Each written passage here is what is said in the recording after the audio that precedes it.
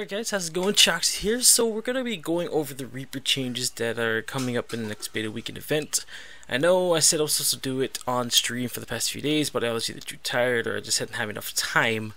But moving on here, I'm really glad that AIN is actually looking at our feedback, and they're actually pumping it up fairly quickly, considering that, you know, the end of the year is almost here. We got like about 4 more months at the end of the year, and Heart of Thorn should be out before then. And at this pace, I think they might even probably get the specializations down and kind of adjust it to a good ratio before the expansion hits. So we're gonna go straight into it. For the Greatsword, I can truly say that the Greatsword needed a lot of work, needed a little bit of more love, because it was fun and all when you're hitting something that stood still. Like things that just didn't feel that great with the Greatsword. Sure, it's supposed to be an AoE weapon, and yeah, the dagger will always be the go-to weapon if you want single target DPS, but the Greatsword should have at least some play in it, so they're doing a lot of things to kind of make the slow and heavy attacks a little bit more heavy-ended, if anything. So moving right into it, the auto attacks and now give life force per hit, so which is nice because your only life force generator was things like the pull, and you really didn't get enough, well, only if you hit multiple people though, but you didn't really get that much life force anyway, so they're giving us life force per hit, which is nice, and they increase the damage from all the attacks by 20%, so you know, you're just tacking on more bonuses to something that's already kind of slow and lacking, so I'm glad they're kind of padding it with a little bit more things, so this actually seems decent. A little more balance. It's better and is decent, if anything, for the auto attack, so I'm glad for that. Next is going to be Fading Twilight. That's just the second hit on the auto attack. I guess there was a bug with it, but it just says they adjusted the animation speed to smooth out attack sequences for non-human rigs. I guess that's for your computers, but it just the second auto attack on that thing. Chilling Scythe, which is the third auto attack. They increase the chill from 1.5 to 2 seconds. Again, they're giving you more of a benefit to be actually trying to land that third hit auto attack, or even using your auto attack in general, because in my eyes, when I was playing Reaper, I barely used the auto attack. I used Greatsword for the other 3 skills, you know, the Vuln stacking, the blind, the pull, and then maybe switch to dagger if I want to do some actual DPS up close. Next is going to be Gravedigger. That's going to be our slow startup, really slow skill that should hit hard, but now they're changing it up a bit. Now it recharges 100%, so instead of having that 1 second reduced cooldown when you hit something below 50%, now it's a 0 second cooldown, so you can instantly use it again, and they increase the damage by 50%. So this is good. This is actually what I thought Gravedigger was supposed to be. That 1 second of downtime kind of felt really lame. So you know, when you get the opponent down below 50%, now you have the opportunity to keep cleaving him down and, you know, getting those slow auto attacks, but really hard hitting auto attack or hard hitting skills off. Seeing how they also increase the damage as well. So we'll see how this plays out. I think it's going to be really cool. But like I said, they're actually making it more beneficial and more worth it to actually land these slow but hard hitting skills, and they also increase the recharge from 5 seconds to 8 seconds, so there has to be some kind of offset. I guess that was their plan with it. Next is going to be Death Spiral. Increase the range from 170 to 220 and increase the width of the cone by 33%. Death Spiral being that little drill that applies Vuln. Yeah, I really do agree with the increased range. It felt like I had to be right up in their grill just to land this thing. It was almost unusable, if anything, unless you got the pull and then you use the drill. But they also increased the width, so it'll be easier to hit for sure. But I just felt like when I was using it, it was almost pinpoint accuracy you would need, and you'd be right up against them. So I'm glad they're actually changing that about that. Next is going to be Nightfall. They changed the animation. Maybe they're making it prettier or less prettier, I don't know. But they're changing the animation here.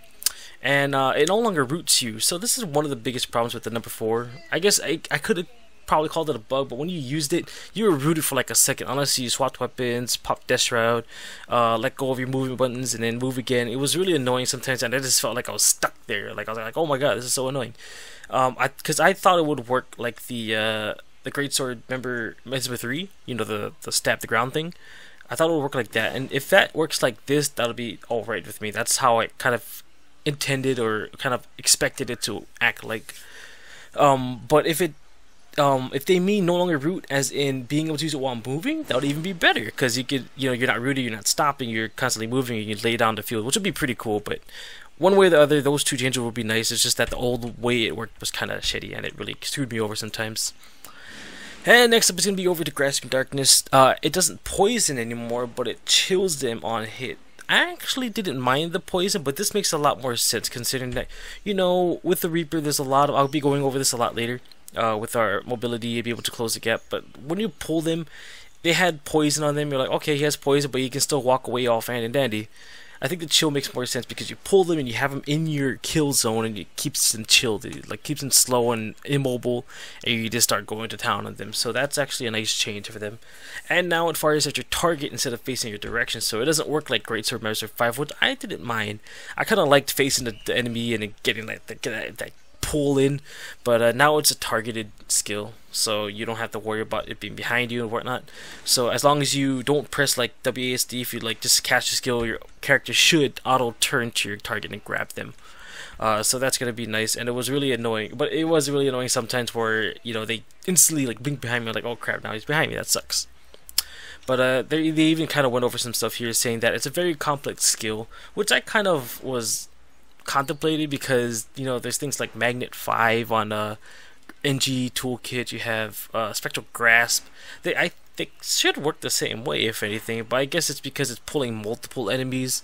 I don't know, but they said they're going to be changed. They're going to be keeping an eye on how this works if anything. So oh, they even say that like giving it increased range could be very difficult because honestly 600 range still feels fairly small, especially for something on such a big cooldown. Because if you look at other greatsword skills like Warrior Rush, Warrior Greatsword 3, Greatsword 3, Guardian Sword 2, they have a lot of gap closes that really are effective in the long run. Whereas in Necro, we don't have anything to really close the gap. And it was really a big weakness when I was playing Reaper. Like if I get outranged, if I get kited, I couldn't deal with it at all. Even if it landed at Grasping Darkness, they can either blink away or they can just disengage really easily. But we'll see how they kind of fix up the mobility and the gap closing for Reaper. Next up is gonna be the shout. So everyone knows to shout your ass, except for a couple. But I like what they're doing with it, considering that they're like, oh, they seem so strong, so we're going to give them cast times, and they don't even really have that much great effects. But now they're doing good by kind of doing something that I've mentioned before, giving it a better baseline, baseline use, and then having a more, having that mitigated bonuses after that. But moving right into it, Chill to the Bone now goes from a 2-second cast time to a 1.25 cast time, so they shaved off a 3/4 of a second, which is nice because I felt like Chilled to the Bone took quite a while to gas, and it's pretty telegraphed, but I'm liking it where it's faster to cast everything. Although I still think the cooldown is a little too high. It could possibly be reduced a little bit, if anything, but I guess they're trying to balance it with the shot reduction trait. But I still think it's kind of too long. Now you have Rise. So Rise was the one where you basically summon jagged horrors for each person you hit.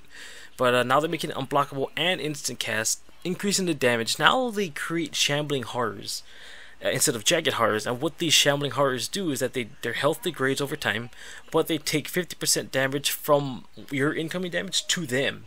So I don't know about this change, but that makes the tanky minion mancer kind of build quite strong. I mean, it's already hard to take down a minion master in its current state because they have all that like Conti transfer, life force generation, vampirism. There's a lot of stuff, but this stuff is gonna make it even more tankier. So I don't know about this one. I've experienced some Rise Necros myself, and I can say that they are fairly tanky. With this new one though, with this new minion, it might be pretty disgusting to deal with. Next is going to be Suffer. So now they made Suffer instant cast. That's the one that I guess removes 2 boons and chills. Alright, let me check this because I didn't even do my research before I did this. Oh, transfers. So it Condi transfers and chills as well. It's instant cast. They lowered the damage though, and they made the chill from 2 seconds to 3 seconds. I still don't know about that. One tick of Condi transfer doesn't really feel that great, even if it's 5 people. I think 2 Condis might be right, because like I said, in a 1v1, 1v2 situation, it doesn't seem that great, honestly.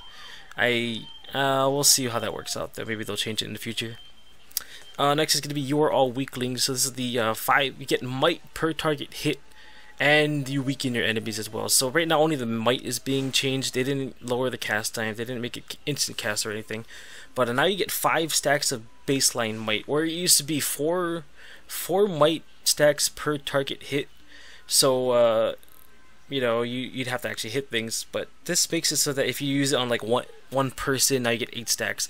So this is what I kind of want to shout to be, to have a nice baseline and have a bonus for more people that you hit. So that's gonna be nice. Although the might duration was pretty short, if I remember correctly. Let me just double check it here. Yeah, the might's 5 seconds. It's pretty short, but you can still do some pretty nice damage with that, if anything. I mean, it might be cool too in a dungeon or whatnot, but we'll see what happens. And next is going to be Your Soul is Mine, which is the heal. So they just increased the healing power coefficient 2.5, and you get a better life force baseline per when you use it, and 3% per target hit. I don't know. 20% life force in a big mob of things could potentially be game changing.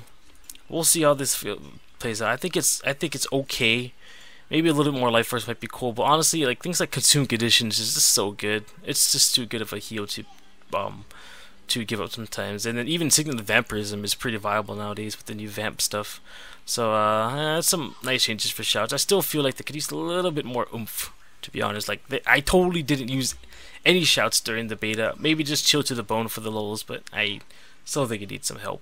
To turn on the fan. So next is we're gonna be talking about the Reaper Shroud, which I felt was one of the best parts of the beta. The Reaper Shroud was amazing. Like it felt right, it felt so good, it felt so deathly, if anything. But their biggest bolder thing here is that Reaper Shroud 2 had target and control issues, which it did because it'll only go where you're facing. So it kind of had the greatsword treatment, but it will only go where you're facing, and it goes through your enemy. It's so annoying. Like when you're up doing melee attacks to your enemy and they use the number 2, you like peace out right through them, and then now you just create a distance which you have to close against somehow. It was really annoying, but they're making it now so it works kind of like the warrior sword leap. So it leaps to your target, but if it hits the target, it stops right in front of them. So I think it'll be pretty nice. That's kind of what I wanted it to be, though, because I hate going through the target. I want it to either land on the target. And they're giving it the fire greatsword treatment, well, how it used to work back then. Basically, if you run something into a wall, you know, remember when Flesh Golem used to do it, Snow Leopard 4 used to do it, but it'll consistently do damage if they're up against a wall or something. But they're going to see how it works out because they don't want it to be another fire greatsword rush. But the damage wasn't that high either, from what I experienced. But well, you know, it's their game; they'll do what they want with it. But I like this change because I hate it when it goes straight through someone, or I target someone and it runs the other way, and it was really annoying. So that's a good change for the Reaper Shroud 2. Going over the actual changes, though, they're going to talk about the Reaper Shroud auto attack. I guess it's just some bug fixes with the tooltip. The third hit on the auto attack with your Reaper Shroud is gains a little bit more life force. They increase it by 50%, so it's 1.5% life force on the third hit. Next is going to be the number 2, which is the charge. Now they're telling us how it was just, now it's a leap, like Savage Leap now. So we already went through that. It's just better functionality, and you won't be annoyed when you run off a cliff anymore. Next is going to be Infusing Terror. This is the bug that I saw, and I knew it was a bug because basically you would use your number 3, and you would gain your stability stacks. Like it would start stacking, but it'll already start its recharge. So when you were done using your number 3, or when the stability wore out, it was down to like a 6-second cooldown. So they just fixed it where it'll recharge when it was done, when it's done using it. So that was coming. That was pretty OP back then. Soul Spiral, which is your spin to win. They made the recharge from 40 to 30 seconds, which is nice because that's a pretty it was a pretty high cooldown skill, but it was also very useful. But I really didn't like spin to win. It's really cool when you actually get a ice field and you spin to win. That AoE chill is just disgusting. But they also fixed some bugs with it as well. But I like the reduced cooldown. It's gonna be more spin to winny, if anything. All right, going on to Executioner's Scythe, which is the number 5. That's your one target stunner, which looks like an AoE attack, but it's still only one target. But they made it so it's more reliable to hit. I didn't find too much problems with it personally, but I guess some people were. But they made it more consistent to actually, I guess hit the enemy. And then next is going to be Reaper's Onslaught, which is the trait that increased your attack speed by 15% in Reaper Shroud, which didn't work at all. It didn't increase my attack speed at all, even though I ran it. But now it's fixed so you do attack faster. And they had a part of it where it said if you kill something with if you just kill anything, you recharge the number 2, which is the leap. Now it just basically recharges all your shroud skills by 5 seconds per kill, which is really cool. You know, they're really going with this kind of cooldown reduction thing like Alacrity with Mesmer, but even then it still seems pretty funky. But in PvP situations, that extra 5 seconds off your number 3 to secure a stomp and something like that might be potentially game changing. So that's actually really cool trait in my opinion. And yeah, so like I said, Reaper Shroud was actually really in a good spot already, but they made it a little better with these changes and just some overall bug fixes. But I still really like Reaper Shroud. I think that's the only thing that was really fun felt, if anything, if I could say that myself. Alright, so the next one and the last section, basically, it's going to be the chill uptime is difficult to maintain. Yeah, because remember when they had those changes where they changed like Chilling Darkness and other chill applications to last shorter? So they're tuning it back up to either how it was before or a little bit better. So starting off with some traits, it's going to be Chilling Nova that reduced the internal cooldown from 50 seconds to 10 seconds. Chilling Nova is the one where you crit someone, you do like an AoE chill Nova thing, and you know, just chills. So they made it easy. They made it on a shorter cooldown, which is nice. You'll be able to kind of lock down the enemy a little bit more often at a 50% reduced rate. Shivers of Dead, which is the one where you feel when you fear someone, you chill them as well. Basically didn't work while downed, so another more downstate necro traits that weren't working. They made the chill from 2 seconds to 3 seconds, which would be cool. It could potentially, I'm talking about like when they down you and then you number 2 them with your fear. They're not going to run that far now, so they can probably come back and stomp you even faster. So it might screw you over a little bit more. But also being able to chill them if you're in a team fight, being able to fear and chill someone might be really beneficial and pretty game changing. Could possibly get you up again. Cold Shoulder, which is the one where they it just basically increases chill duration, and it also reduces damage from chill foes by 10%. So again, trait doesn't function well down, but they increase the chill duration from 10% to 20%, so you get longer chills, and they didn't change the damage reduction at all over here. And for Deathly Chill, which is basically the terror of chill, they basically doubled the damage. So when I was experimenting it with like a full kind of build, I did about 300 damage per tick. So now you're looking at about 600 damage per chill tick, which seems pretty good now. It was pretty, it felt very lackluster when I was trying it out. But now that they're increasing chill duration and chill application, just imagine if you were to, okay, for instance, let's say you're playing Reaper, and then you start auto-attacking with your Reaper Shroud. You have the potential to apply 25 stacks of Vuln through Unyielding Blast and all the other traits. What is it called? Dermfire, so you get more burns, and then now you have Chill, which approximately crits and whatever traits.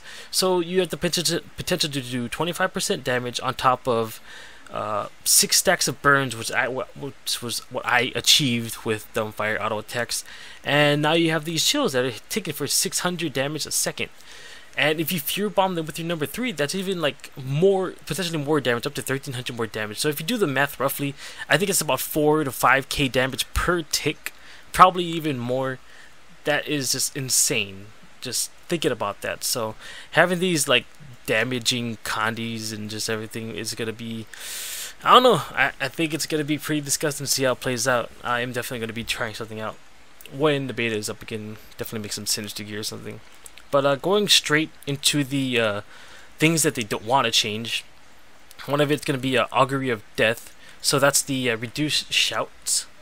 Yeah, honestly, I think as of right now with the let's take that Rise trait again, with the shambling minions or whatever you want to call them, to have that on a much shorter cooldown, up to 35%. It's already a 40-second cooldown. 35% of 40 is about 20, 12, about 15 seconds off your thing. So it's gonna go on to like about 25-ish, less than 30-second cooldown, and you're already taking a lot less damage. You're already fairly tanky. You just need to buy enough time to get your next rise up.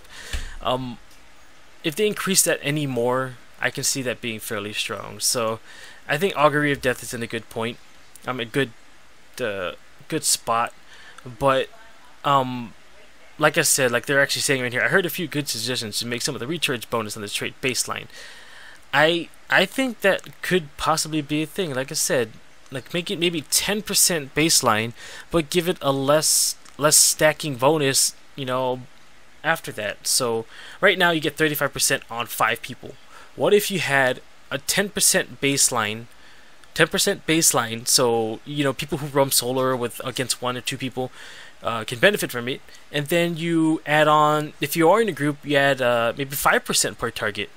So or 4% actually makes more sense. If you do 4% per target, 10% baseline, you will get 30 4 10 5 20 30% cooldown. So it's about the same as before, or 5%. Sorry, I messed up the math there. 10% baseline, 5% per target. You do the math, it's still 35%, but you get a better baseline cooldown, if anything. But then again, it's Robert G's game, so let him do what he wants with it. But like I said, with the new shouts right now, they seem pretty decent. We'll see if they do change it in the future though. And Soul Eater, which is the great sword trait, basically, where you lifesteal and you get a little bit more you get the reduced cooldowns on on all your skills if you do something with Gravedigger. I think it was 3% if I remember correctly. Let me just check this real quick. Yeah, I think it was 3%. I don't know. It's it reduces all your cooldowns by 3%. So it might be cool. I didn't see a problem with it though. I think it's in the right spot. So I don't know how I would change it up. I think it's a pretty good spot considering the greatsword changes. But on that note, guys, I am just some other things that I had issues with the Reaper. Was one of the biggest ones, like I said, like I mentioned before, was the whole mobility thing. I know I'm one of the guy necros to kind of disprove of any kind of mobility, but with the Reaper, you just have almost no options to either close the gap or get in there. Like, your best option would be the number 2, which is only 600 range. It's not that much. If you're fighting like a 1200, 1500 range ranger, you're probably gonna die, honestly. Unless you're running really tanky, maybe soldiers, but even then, it's just hard to close the gap. They can knock you back. Even as a Connie Necro, though, you had a lot more things like ranged cripples, ranged chills, you had the pulls, you had the dark path. You had more options back then. And you even had something to lock them down, which was Tainted Shackles. You get in, Tainted Shackles, there's a good chance you can immobilize them and pull off a pretty good Connie combo. With Reaper, though, there was I just felt so... There was almost nothing I could do. All the options I had were just nullified by things like kiting, stealth, knockbacks, and it just really hurts. So, some of my suggestions were, increase things like the leap, the number 2, maybe 900 range would be viable.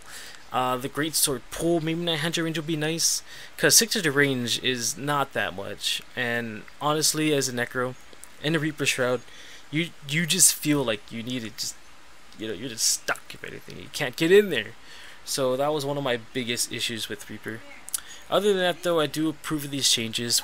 I'm pretty excited to actually play it out when the next beta weekend event happens. But other than that, guys, I think I will be out of here. If you guys have any questions or comments or anything, please leave them in the comments below. And I will see you guys later. Peace.